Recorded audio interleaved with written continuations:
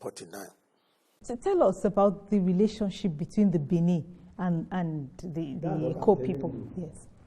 The first Oba of Lagos is a male descendant of Oba of Benin, and very close person to him. He sent him on a mission here, and that's why we have a song. Omoko moko ni wa o, awa kin shomo abidanu. Ode bini no bi baba awasi. Oba lobi sibe kin share. That's any at the installation of any Oba. That song is always there. And anybody wants to be a chief or anything, or Oba, at that Enowa, when we finish the ceremony, we do like this. That thing we are doing, they are saluting the Oba of Benin.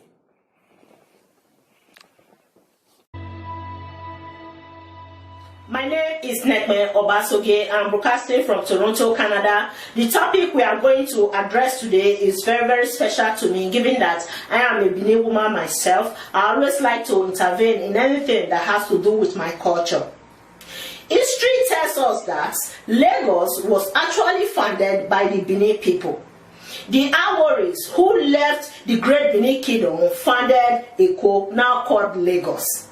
Anyway, somebody very special from the ancient city of Benin, an historian, his name is Imasuen Izoluwa, is going to analyze the history of Lagos, how the Benin people founded Lagos. Even a few months ago, the Oba of Lagos, Oba Akiolu, also indicated that Lagos was actually founded by the Benin people. The message we are trying to convey here is that other tribal groups in Nigeria should stop claiming the absolute ownership of Lagos, because Eko, now called Lagos, was founded by the Benin people. The name Eko is rooted in Benin culture. Anyway, just listen to the actual story. Sir, who are the founders of Lagos State? Well, founders. When you mean founders, it's a modern day ideology. There is no plural of the people who founded Lagos. It was someone, a person. We remember him to be Oba Orogboa, who was a founder of Lagos. Well, maybe if the plural comes, that is him and his soldiers, Benin soldiers, who of course, the history remembers that Oba Orogboa's father was Oba Esige, who was a Christian king, the first Christian king in present-day Nigeria, who got baptized in about 1504. All right. During that time, the Portuguese missionaries came to Benin, and through that event, he gave his life to Christ. And to sort of cement that relationship, he sent his son, his first son, to Lisbon to become a seminary priest. All right. During the schooling of his son, his father passed on, of course, in Benin, Awotoriorue, that sort of a thing. So it was then the chief had to send a message to his son in Portugal that it's time for him to come become the Oba of Benin. So when he got to Benin, he wanted to maintain his Christian faith and as well to become the Oba of Benin. And the Benins now told him, Goba. What that means is that the Benins himself had this ideology that Oba is God, or God's representative on earth. So you cannot be a God and also serve another God. So you can choose, either you choose between the two. So he chose to be the Oba of Benin and lived his Christian faith. But basically because he had this education, being the first literate king of Benin, he also fell in love with the sea.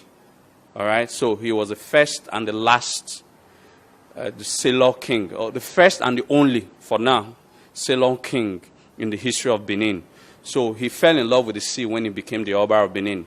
So the other warrior kings before him, Oba Ewai, Oba Ozolwa, Oba Esige, then before him, Oba Orogboa, they all were landed warriors. So they expanded the kingdom into empire through the hinterland, going towards the land area. But it was Oba Orogboa who, because he had this training in Portugal and he fell in love with the sea, that decided to expand the empire towards the waterfront. And that's what led to him establishing Eko. So proudly, I can say, without mincing my words, that the Oba Orogboa and his warriors established Eko. Wow, amazing. Sir, which tribe in Nigeria is recognized as the occupant of Lagos State under the Constitution? Well, that again defines what you now call Constitution. Lagos at one point in time was a colony of its own. It was not under, Lagos itself was a province rather. So it was not under the Yoruba province. All right, Lagos was a province on its own and not under Yoruba province. Of course, because that land was far from us. All right, when you want to say by virtue of the present day reality, the Yorubas tend to have more footing in Lagos. All right, of course, you should understand this. Where you now call Lagos State was not always Lagos State. Of course, we have the mainland and the island. All right, when we say the Benins were the discoverer of Eko, we are not saying the mainland. The Eko, which is the indigenous name of that land, was restricted only to the island. It is believed that there were other sets of people who were on the mainland, the Awori people. However, from the evidence from Oba of Lagos, Oba Akiolu, about a year or 2 years ago, he also established that it was the Benin people that followed the Kaladeran to Ife. Of course, Kaladeran eventually became Oduduwa in Ife. It is the Benin people that followed the Kaladeran who, when after some time, could not stay in Ife, that went to establish Awori. That is why the Awori language, it's like a conglomeration of a Yoruboid and Edoid. So it's like, it's not, you wouldn't say it's a perfect Yoruba, a perfect Edo. It's like both Yoruba and Edo. So, the mixture. So, from his recent historical findings, most especially from the one of the custodian of the history of the of Lagos land, has asserted that the Aworis themselves, who were on the mainland, were themselves are also Benin people. So, but should in case from other future historical findings, Aworis are not Benin people, or probably they are Yoruba people. But one thing is certain, the Aworis never got to the Benins first. The Benins had already established the island, the Eko, before the Awori, one way or the other, saw that there were people living on the island and they came to join. And it was the overwhelming influences of people who left Ijebu land and other neighboring countries or provinces of Yoruba stock that came to flood Eko and eventually reduce the number of the Benin people. So practically, you will say that Lagos State is now, it's a Benin established state, all right, that have more population of the Yoruba people. All right, sir. So what historical facts are there to ascertain this story you just told us? Well, there are so much historical facts that establish the Benin ownership of Eko. First is the name. All right. Of course, the original name for that land is called Eko. The Benins named that land Eko. What Eko means in Benin is camp. Obviously, when Oba Orogboa was still expanding his vast empire towards the transatlantic line, all right, towards Benin Republic, Togo, and then to Ghana, all right, he could not be coming to Benin, that was hinterland and very far, for reammunition. So he needed to construct a camp so that he can continue to conquer. His conquest can go westward, of course, and that is why from Bayelsa, from Focado's River down to River Volta, it's called the Bight of Benin. That's because it's not called Bight of Yoruba, knowing fully well that this river curved around Yoruba land. It's not called Bight of Yoruba. It's called Bight of Benin. That shows the influences of the Benin people towards that region.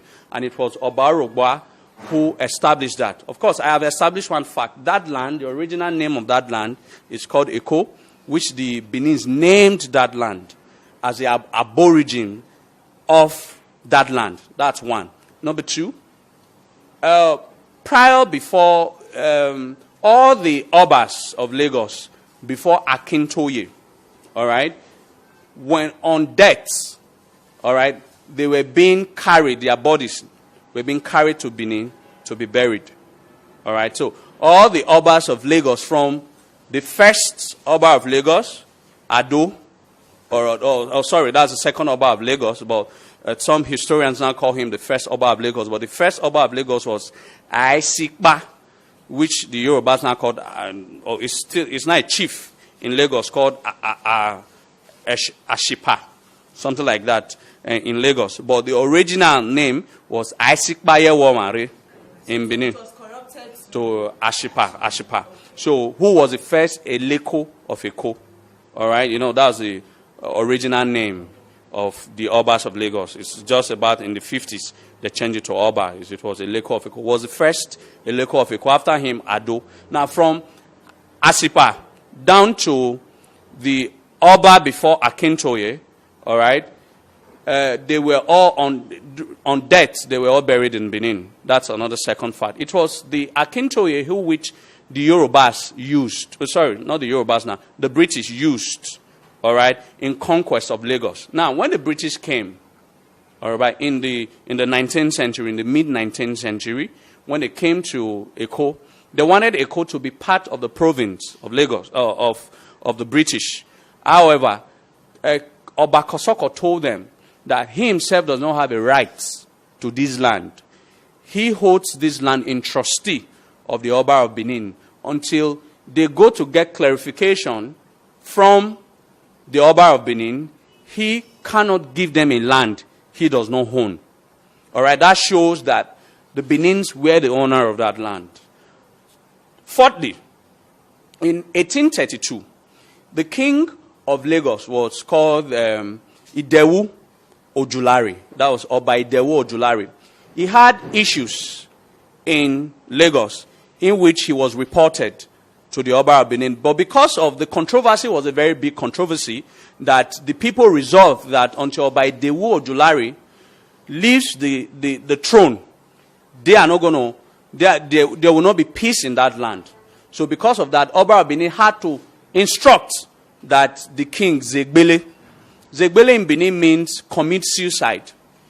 All right? The Idewu Ojulari gladly accepted. And but although he used an unconventional means, the conventional means is that you use the normal hanging of yourself. All right? But instead, he took poison. All right? And died. Now, these are historical facts that punctuate this supremacy claim or the ownership claim of the Benin over Lagos. Now, I've also established your Awori, being that whether they are Yorubas or Benins, but they were on the mainland. So it is only a sort of a modern, fallacious, historical sort of narration that has made Yoruba to lie to the public of their ownership of Eko. Otherwise, with all facts, duties of how Eko was established, the Benin are the true owner and the sole owner of Eko. So every other person came to meet the Benin people. All right, sir. You've been making mention of Eko. So I want to know, the present day call it Lagos. How did it change from Eko to being Lagos? How did the name change? The